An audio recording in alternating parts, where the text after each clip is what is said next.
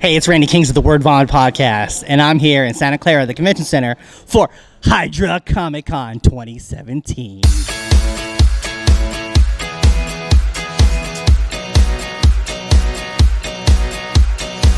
Hi, this is Carl Weezer, mysteriously disguised as a middle-aged white guy.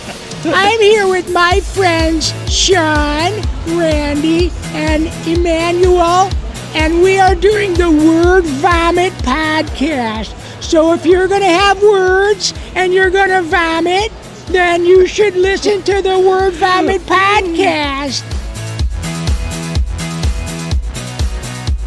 Hey, this is Emmanuel from Word Vomit Productions. I am here at the Mandalorian Mercs, the Wolves of Mandalore chapter at HydraCon 2017, and I have the leader and the XO of the Wolves of Mandalore. Gentlemen, please introduce yourselves. My name is Jim, also known as Cyper on the Wolves of Mandalore, Mandalorian Merch page. Hi, my name is Vinny, also known as Stola Samari on the Merc Sports. All right, guys, can you tell me a little bit about the Mandalorian Merch, please? Sure, the Mandalorian Mercs, let's say, their costume club. We attend a lot of the same stuff as the 501st and the Rebel Legion, but with a Mandalorian twist. We build primarily custom Boba Fett and Jango suits, and you put your own creativity on it. Well, we like to help people out as much as we can. We like people to be as creative as possible. That's the cool thing about our club. We push the creativity. We push Star Wars. Instead of following what Star Wars is doing, we're making our own path, creating our own Star Wars. Who named you guys the Wolves of Mandalore? Well, that's interesting. So in 2016, we split off from another clan because we got pretty large. And so what we did is we did rounds of name selections. And at the end, we started voting off names, and the name that everybody voted for or that stuck around was the Wolves of Mandalore. It was a title survivor? Yes, well, it basically... You've been voted off of the island. Yes, exactly.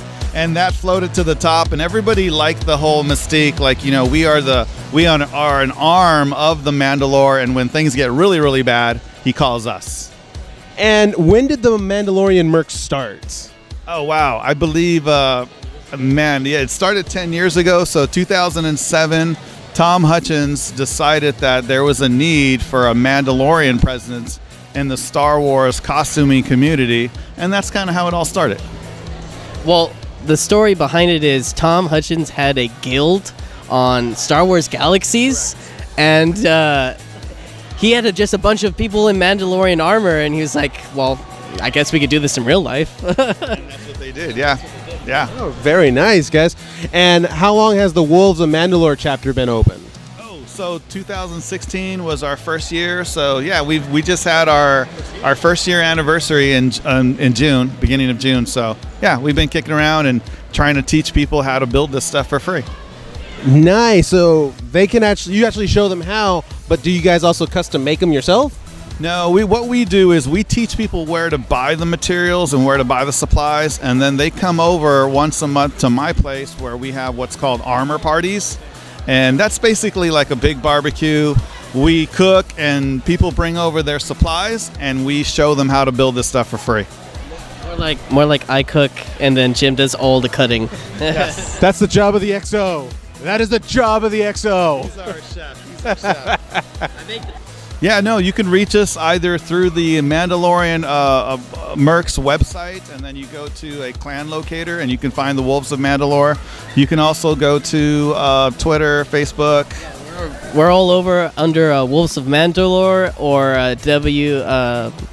MMCC Wolves of Mandalore on Twitter. So one last question, guys. When you go and you meet up with other clans, is it kind of like West Side Stories? Like everyone's in the Mandalorian armor, clicking their fingers? No, it's really a brotherhood. When you're with a large group of fellow Mandalorian brothers and sisters, you feel the love, and you just it's the same experience when you're riding in a group of other motorcyclists, and you know it's cool riding a motorcycle by yourself, but when you're in a pack of 10, 20, 30 guys, it's just awesome. It's amazing. Also looks really cool. That too. Unity through Star Wars, ladies and gentlemen. So, guys, thank you so much for taking the time. Much appreciated. This is Emmanuel at HydraCon 2017. Hey, how's it going? This is Randy Kings, and I'm here with this amazing gender-bending costume of Ash from Evil Dead. And I've just been schooled because I had said Ashley, thinking to be feminine, and I just learned that Ash's name is actually Ashley. Yep, that is true. Now, I just want to know, number one, how long did it take you to make this costume? It probably took about a month because this is an actual chainsaw. We had to completely gut it, so there's nothing inside except a handle for me to hold. And then we had to paint it, rough it up a little bit, silicone it back together so it would stay in one piece. It's actual metal with a bike chain. So it was a lot of labor, but it probably took 50 hours altogether.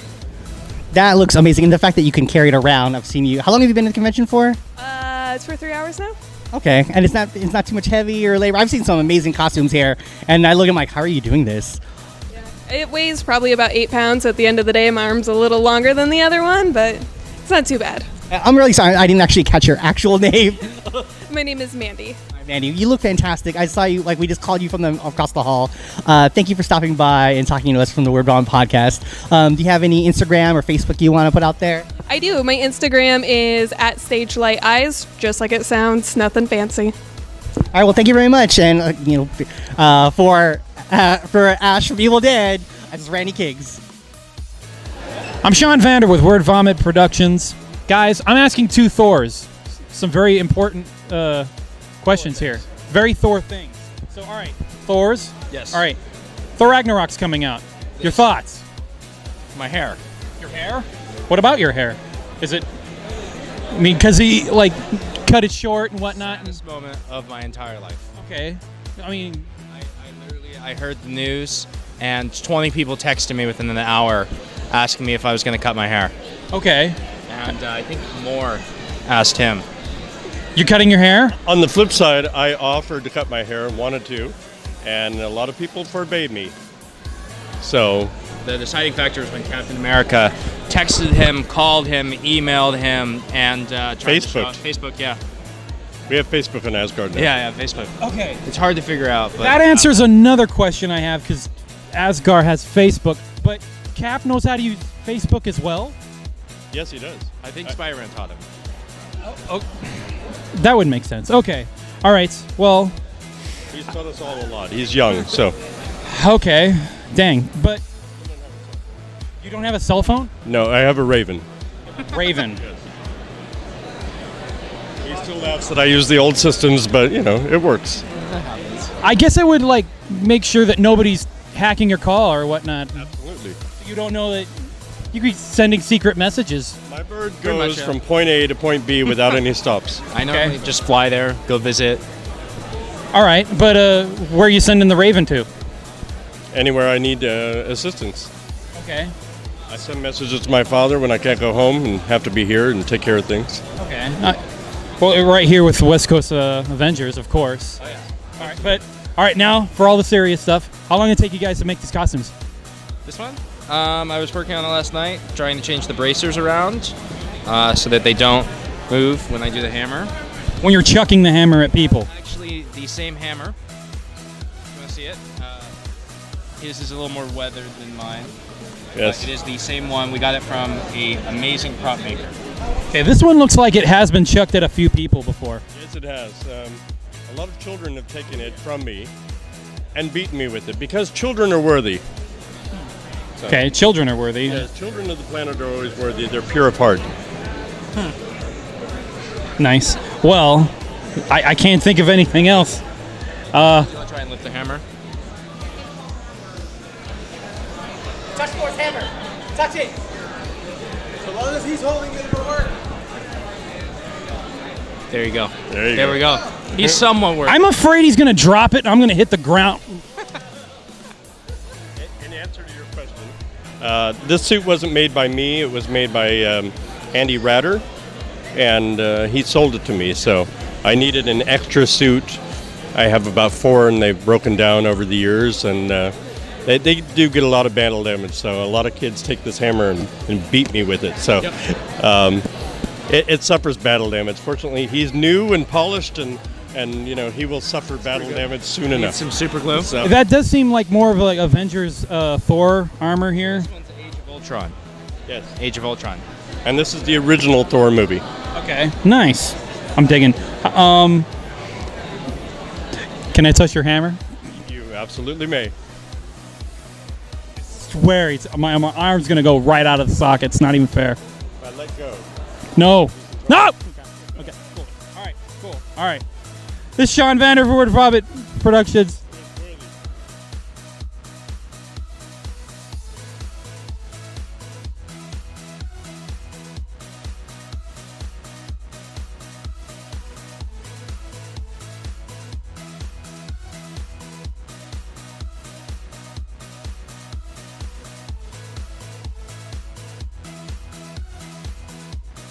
Hey, this is Randy Kings, and I'm here with Anya, who's got this amazing cosplay of Vanellope von Schweetz from the movie I love, the Wreck-It Ralph. How you doing, Anya?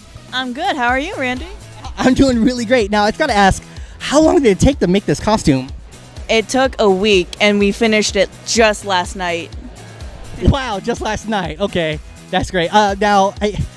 Is it hard to walk around in? Honestly, it's easy. Maybe a little hard on the shoulders, but it's tolerable, and it's amazing, and very comfortable. All right, yeah, so you got the straps in there. I mean, when I see big costume like this, I always wonder, do they account for comfort? Especially here in the South Bay, it can be a little warm. I'm glad that we're inside. Now, I want to ask, is there any other, how do you top this? Like, explain? Oh, what's your, for the next convention, are you going to keep doing this cosplay, or do you got another one in mind? I mean, I like this car. I'm pretty sure after so much work into this, I'm going to use this more than once. Maybe not me personally, but my sister, who will probably do the same cosplay. But yes, this I would keep, and I can't think of anything to top this, honestly. You know what, I would have to agree with you, because this is, I saw it when I walked the convention floor, and I saw this, I'm like, we got to talk to her. We have to talk to her. Now, I wanted to know, if you were to run into a Luigi Mario Kart guy, number one, who would win that race? Number two, would you be able to take the turtle shell from him? Obviously, Vanellope von Schweetz, because I have the glitch power that can glitch to the finish line in a snap. And yes, I would take that turtle shell.